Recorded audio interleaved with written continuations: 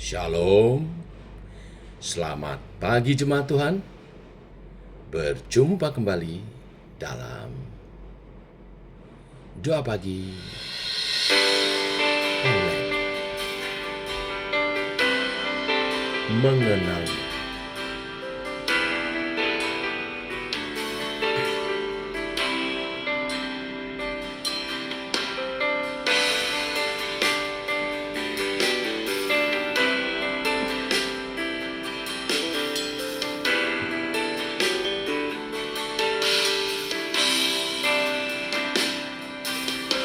bila ku buka mataku dan lihat wajahmu,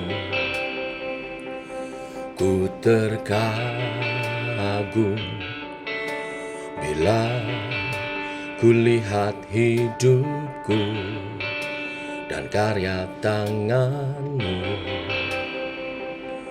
Ku tersanjung karena semua yang baik dalam hidupku, itulah karyamu.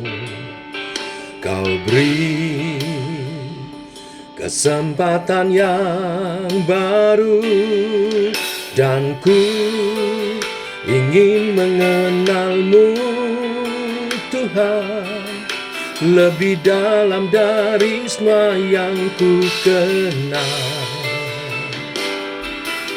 Tiada kasih yang melebihimu. Ku ada untuk menjadi penyembahmu.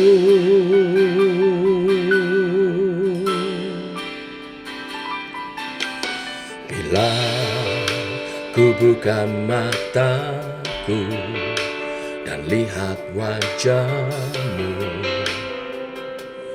ku terkagum bila ku lihat hidupku dan karya tanganmu. Ku tersanjung karena semua yang baik dalam hidupku, itulah karyamu. Kau beri kesempatan yang baru, dan ku ingin mengenalmu, Tuhan, lebih dalam dari semua yang ku kenal. Tiada kasih yang melebihimu. Ku ada untuk menjadi penyembahmu, dan ku ingin mengenalmu, Tuhan, lebih dalam dari semua yang ku kenal. Tiada kasih yang melebihimu. Ku ada untuk menjadi penyembahmu.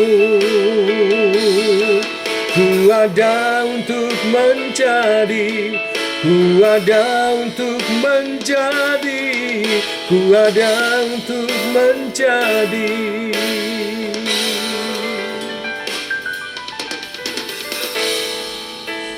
penyembahmu.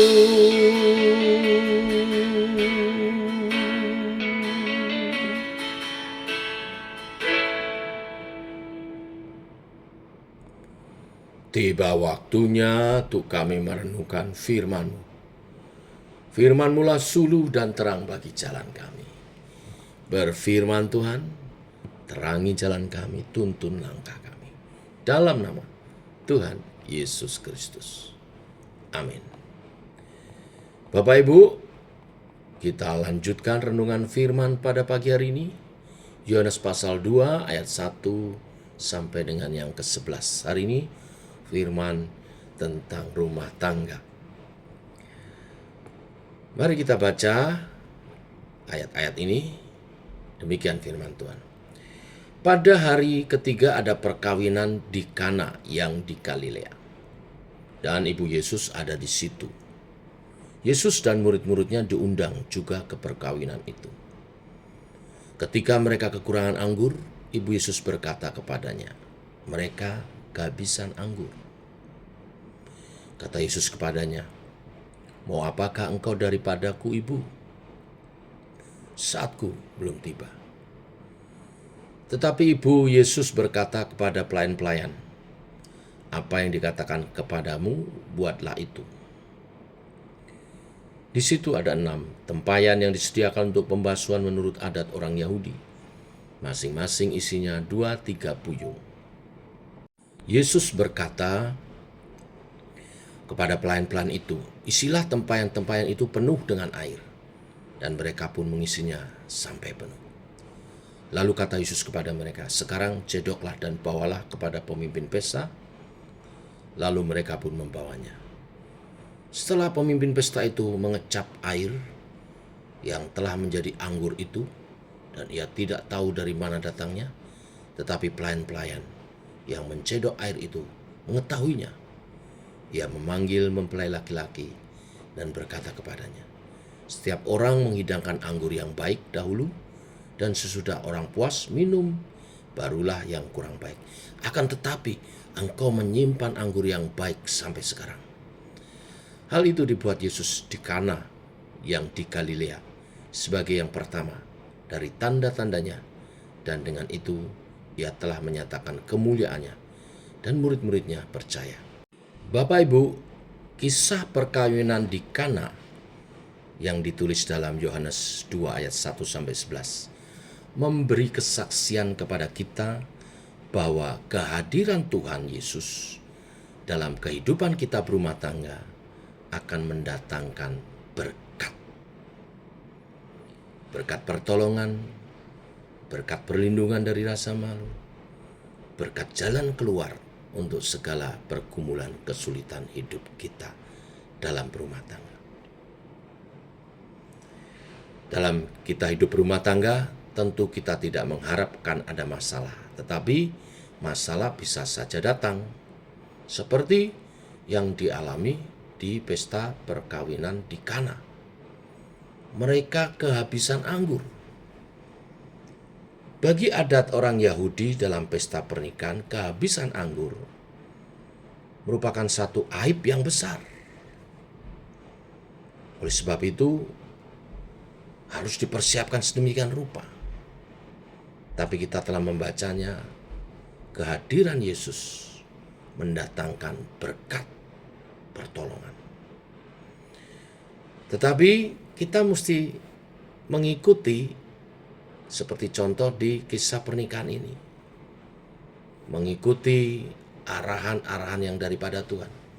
Orang-orang yang ada di kisah pernikahan di Kana ini memberi kita pengajaran bagaimana berkat kehadiran Tuhan dalam rumah tangga itu nyata, menimbulkan berkat pertolongan, perlindungan, dan jalan keluar.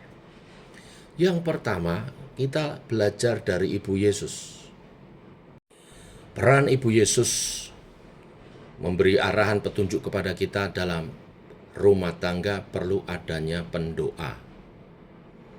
Itu bisa kita sendiri masing-masing berdoa untuk rumah tangga kita setiap kali. Bisa juga peran orang tua.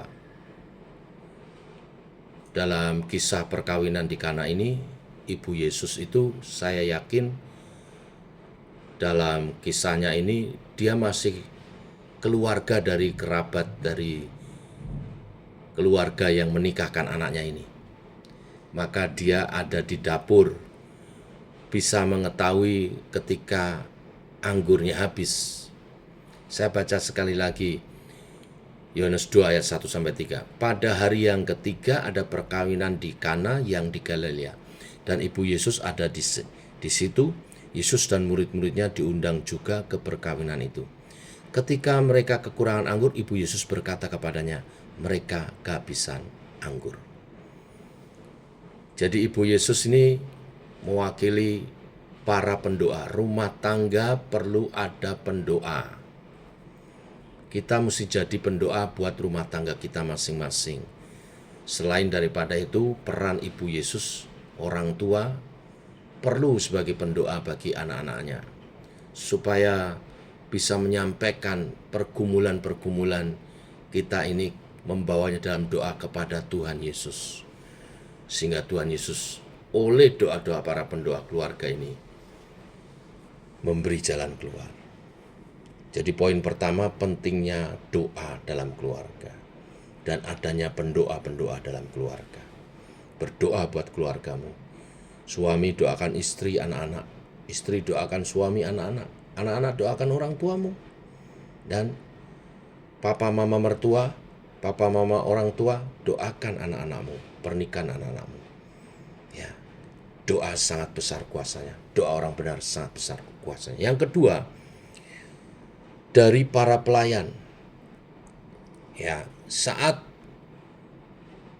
Ibu Yesus telah memberikan informasi kepada Yesus tentang anggur yang sudah habis. Walaupun Yesus berkata, ada apa Ibu, waktuku belum tiba. Tapi Ibu Yesus percaya, Yesus peduli. Dan itu dinyatakan. Yesus memberi instruksi kepada para pelayan di ayat 6 dan 7.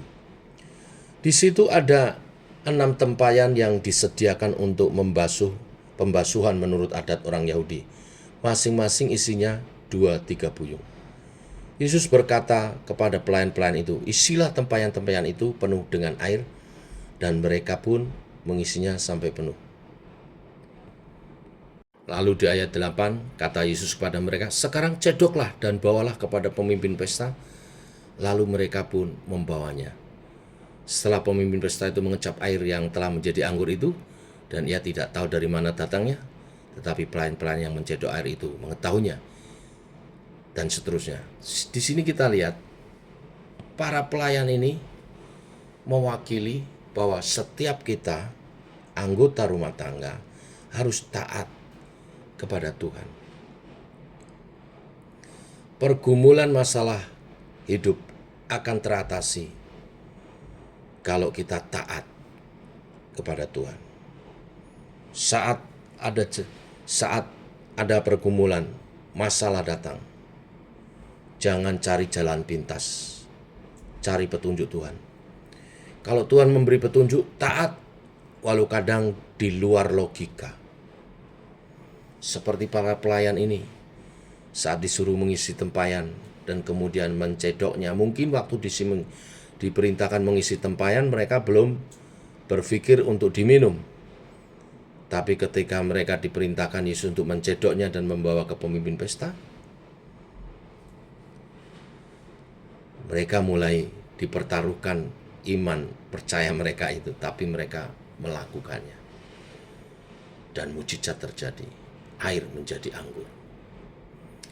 Ketaatan adalah kunci mujizat Tuhan terjadi. Mujizat Tuhan bisa berbentuk jalan keluar untuk pergumulan masalah kita, kesembuhan untuk sakit kita, berkat, kelimpahan untuk kekurangan kita, apapun itu. Tetapi kuncinya di sini ketaatan. Yang ketiga, supaya berkat kehadiran Tuhan itu nyata dalam kehidupan rumah tangga kita. Yang ketiga yaitu diwakili oleh pemimpin pesta.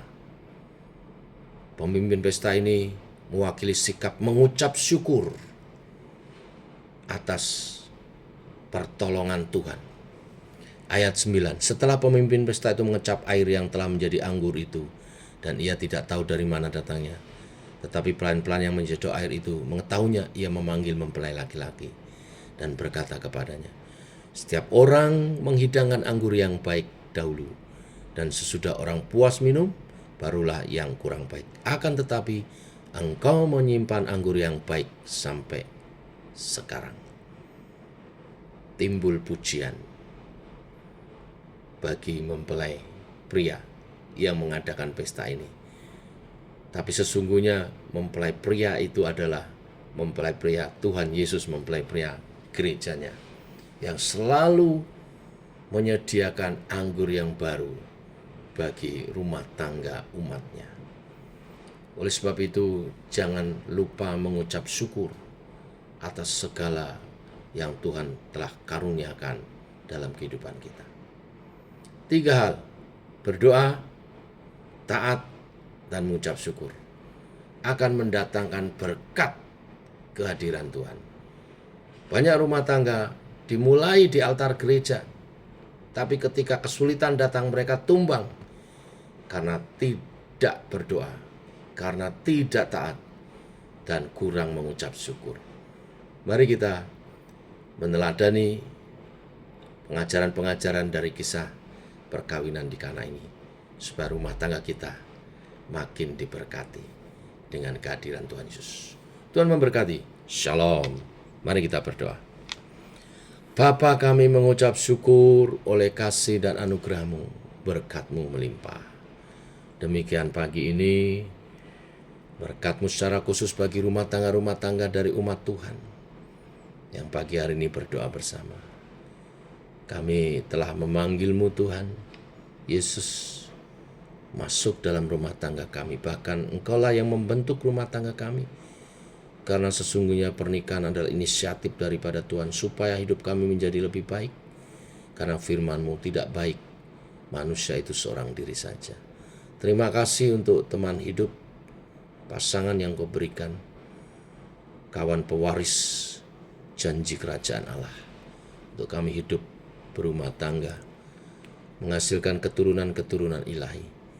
Berkati anak cucu keturunan kami, perkasa di bumi, memuliakan Tuhan dan jadi kesaksian. Berkati anggur pernikahan kami selalu manis, karena kami mau belajar terus terhubung dengan Tuhan dalam doa-doa, taat kepada kebenaran firman-Mu, dan selalu mengucap syukur dan pujian penyembahan kami. Terpuji nama-Mu Tuhan atas rumah tangga umat-Mu, dalam berkat kasih perlindungan, dalam nama Tuhan Yesus Kristus. Amin. Demikian saudara doa pagi kita. Selamat pagi. Shalom.